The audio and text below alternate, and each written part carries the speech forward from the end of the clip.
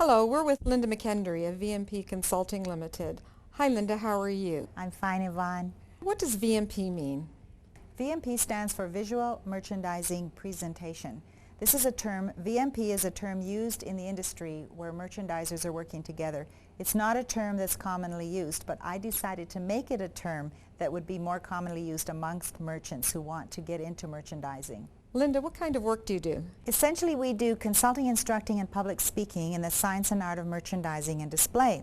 In addition to that, there's writing that happens, preparing merchandisers for people, doing prototypes, evaluating stores.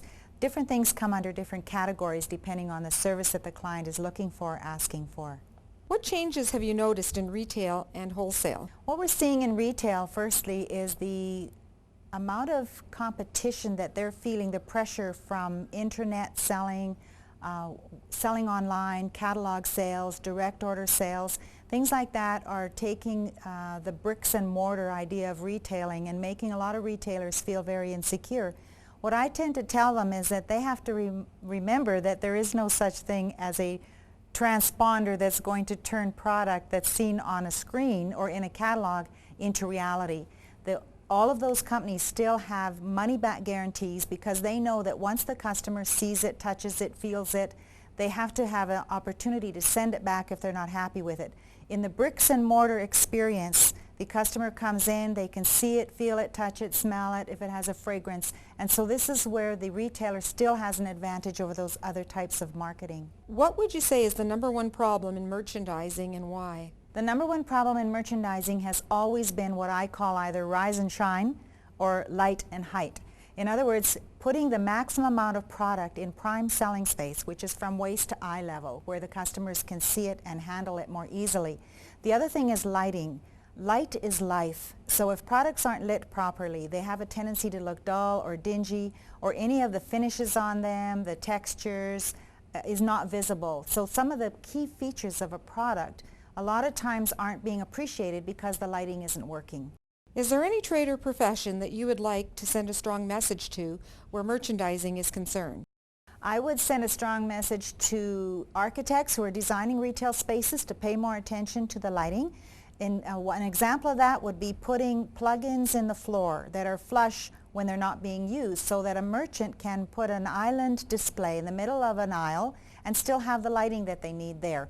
Or, for example, these fountains that are popular right now, a small fountain that you can purchase that needs to be plugged in order to be operating.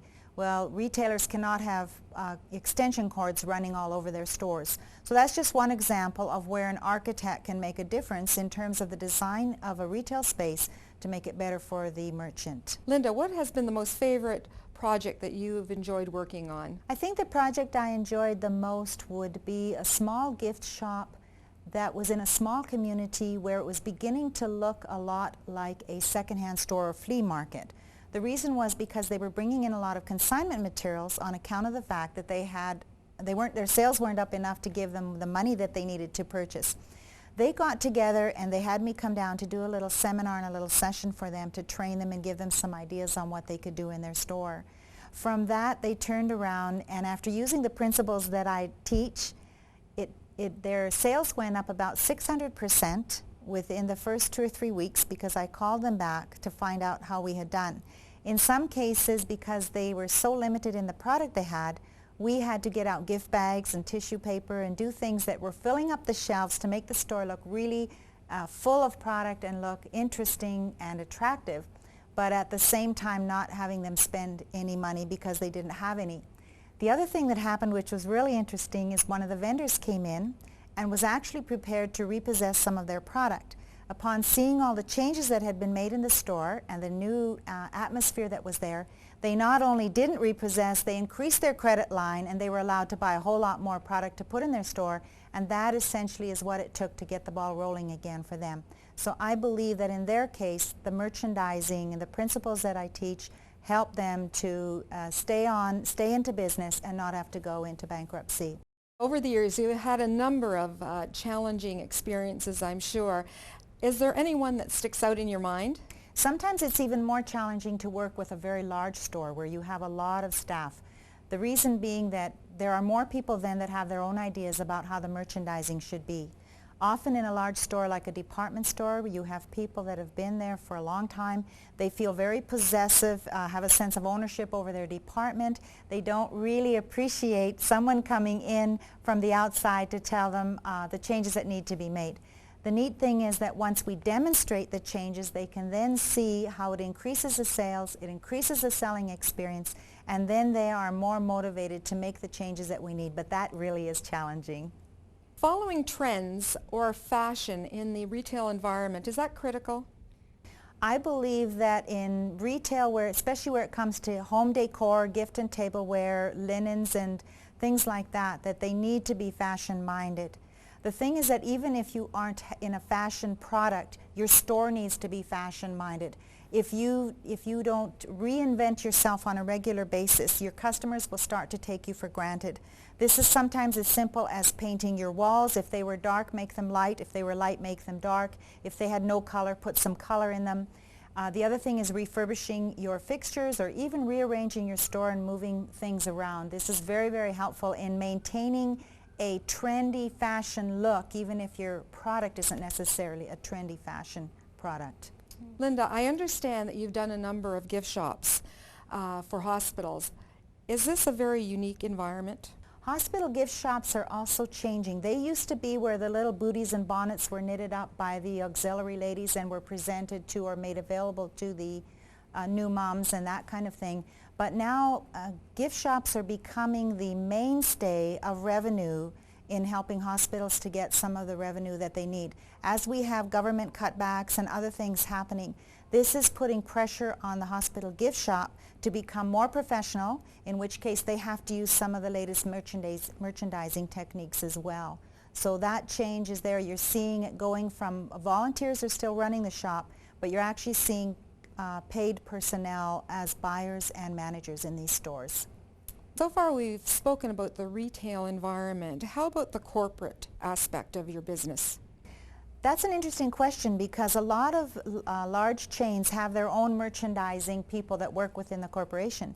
Interestingly, because my target audience are the ma-pa operation, and because they recognize that, let's say a drugstore for example, they recognize that because that drugstore is still operating in a community, that it needs to operate like a ma-pa operation. It has to have a similar feel and a characteristic to it in order for it to appear that the personalized service is still being offered. So many times I'm called on to train the staff and the managers in merchandising systems that apply to the local community and to targeting the local area with the products that sell in that area may not sell in another area. And this is where the merchandising techniques come into play.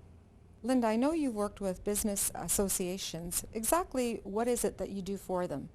Business associations are wonderful because they can all get together. I'm like a lot of people where my service is concerned. Those who need it don't want it. Those who want it can't afford it.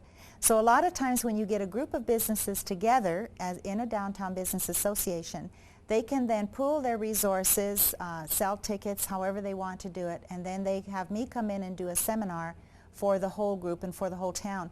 This has been known to actually change the whole, almost like a sense of morale in a shopping community and make it better for the whole area. Linda, has any segment of the government been interested in your work and service? That's another good question. You would wonder about that. We have rural economic development and we have tourism. So wherever tourism is the primary source of income, such as in Prince Edward Island, they're very dependent on their summer tourism. I wrote an article once called Treasures for Tourists in the Gift and Tableware magazine. As a result of that, the PEI government people picked up on that and asked me to come out and give seminars to their rural economic development, artisans, and tourist people because of the critical factor in the amount of revenue that comes into a province as a result of tourism. And they recognized that merchandising was a key role in doing that. I understand you're a writer. Can you elaborate on that for me? I've written more articles in more magazines than I don't even keep track anymore. It's ranged as far as doing magazines in Australia. They picked up on some of the articles that I had written. I've written lots of magazines in the States and of course a lot of magazines. Industry trade journals is really what we call them here in Canada. It has resulted in business, but more than that, It's resulted in the readers having information, vital merchandising and display information that they need from issue to issue. Have you done any work internationally? I had an opportunity to work in the States, and of course 9/11 and a few things like that made it less easy or more difficult to go through. But it's been fun to do the stationery show in New York and the gift shows in LA, and I've done the show in Atlanta. As a result of the show in Atlanta, I was given a contract to do a store in Boise, Idaho. And so it's just the doors do tend to open up. And yes, I've worked in the States but not offshore. Do you have a key piece of advice to merchants? My advice for merchants today is to keep everything fresh. It's amazing how you can move things around in your store, and something that a customer who comes in daily or weekly has seen suddenly looks new and fresh because you've put it in a different place, you've put it cross-merchandise with different products, you've put the lighting on it differently. Any number of factors can contribute to that it looks new, it looks different, it looks fresh. Never, never let your products look stale. Never keep a display more than 3 to 4 weeks, especially window display. I've just noticed that you've written a book. Can you tell us a little bit about it? The book was specially designed for retailers. The original manuscript was about 100 pages long. It was edited down to 40 pages. The reason is because when we did our market testing, we found that most retailers don't have time to read a book like that looks like a textbook. They often said, if I have time to read the book, I'd have time to take a course. So what we did is we redid the book in such a way it's more like a flip chart, and you're reading one page at a time, where each page, as you fold it over, covers one topic. This enables a merchant to be able to read a page at a time and develop that information in their store immediately. It also enables them to have a roundtable discussion with their staff, and they can flip through the book and talk about the items and the information that's on there. The book has been very, very well received. As a matter of fact, I sold a copy of it. I didn't sell. My agent in the States sold a copy at the Phoenix souvenir show. And the lady that bought it had 12 retail shops in Barbados. And as a result of getting my book, she contacted me and consulted with me, and that has been also gotten a lot of other business through a lot of other avenues. So I do know from the response that we get that the book is working. Thank you, Linda. Thanks for having me, Yvonne. We've been speaking to Linda McKendry from VMP Consulting.